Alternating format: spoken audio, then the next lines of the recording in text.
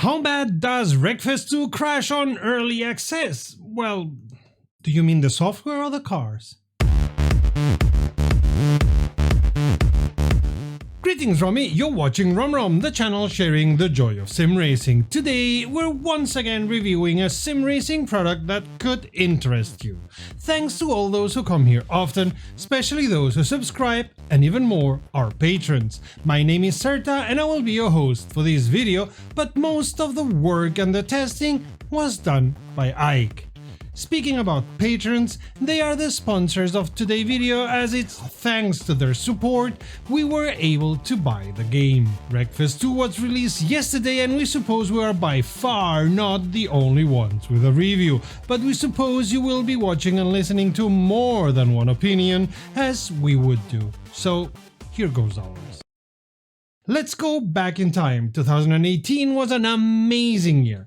Kunos partnering with SRO to bring us Assetto Corsa Competizione, R Factor 2 gathering steam with the accompanying attention from larger partners, and Last Car Game finally released as Wreckfest, a much more simulation-oriented perspective of the established soft body physics of BeamNG with excellent force feedback and stupidly funny races. Wreckfest 2, like its predecessor, has been released in early access, something we're getting accustomed to from most every studio out there, including sim racing studios. With that, we have to give the disclaimer that any and all of what you see here is subject to change and our opinions will soon be dated by the passage of time, as well as progressions made, hopefully, by the developer's bugbear. We'll be following the updates as we've done with all other titles, of course, so you better subscribe now if you haven't already. Wreckfest is an incredible first step into the future of Wreckfest, but performance is patchy and there are a lot of unrefined elements that are reskinned and carried over from the original game. Not a massive issue at this point in the game's life cycle, but worthy of note before you put your hard-earned money down on an unfinished product, regardless of the confidence we have in Bugbear and their previous work. That's the headlines, let's dig in deeper. Sporting a grand total of 4 cars and 4 drivable areas, the game is suitably equipped to allow players to get an idea of what they like in the game. The tracks break down from the 4 drivable areas to 8 individual tracks, including 1 derby arena and a reimagining of the original Next Car Game Testing Grounds exploration area, which is replete with infinite ways to divide your car into its different components. The tracks are optimized enough to give you reasonable FPS, but barely. The main route track at Scrapyard is also a notable exception to this praise, where the FPS on Ike's initial testing dropped as low as 18 FPS consistently. Thankfully, lowering the graphics quality in the settings, notably the car detail, gave a massive kick to those woeful numbers and allowed us to get a drive in.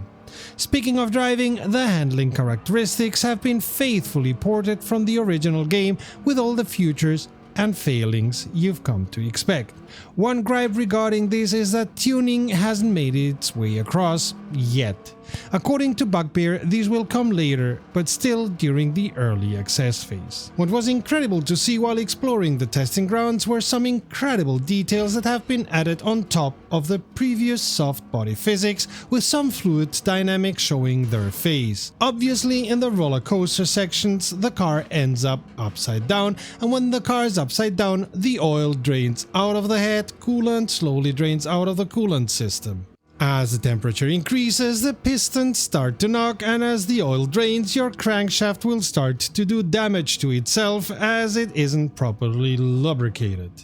What we're saying is realistic damage is both more realistic now and has much more jeopardy when you drive exuberantly. They have gone BeamNG on that one, and we 100% mean it as praise. Because of the missing tuning, all the cars, even the front wheel drive MK1 Golf, but don't call it a Golf, handles like jelly. It makes driving on controller an inaccurate science, and driving on a wheel, we'll talk about it later. To sum up the first driving experience, if you enjoyed Wreckfest, Wreckfest 2 is more like the raw, terrifying, unfiltered upstart that has the potential to overtake the old guard if given enough time. Okay. Positives done, let's move on. Wreckfest 2 right now is a hard sell to anyone not totally intent on buying it at some point in its development cycle anyway. If you want to make the Wreckfest experience palatable to a friend, you should rather let them experience Wreckfest 1. While we expect Wreckfest 2 to become breathtaking once Bugbear have finished it, it will be quite a while before it's a more compelling buy than the original.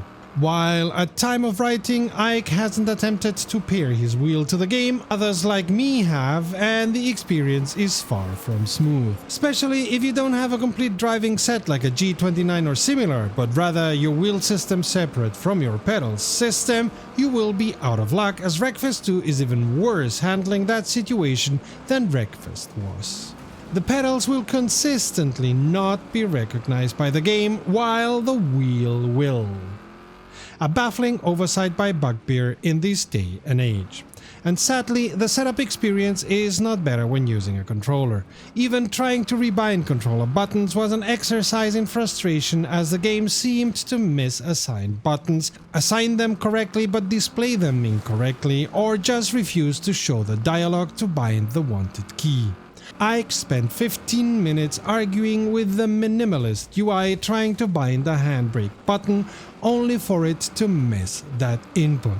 All in all, a very frustrating endeavor, especially as he ended up having to repeat the exercise a couple of times. Other issues have already been found and workarounds are available. For example, if you can't join online lobbies, uninstall and reinstall the game. Apparently the second time it works every time. 60% of the time, it works every time. Baffling. To fix the low FPS issues, lower the anti-aliasing and car details. It barely changes the quality of the graphics and massively improves the frame rate.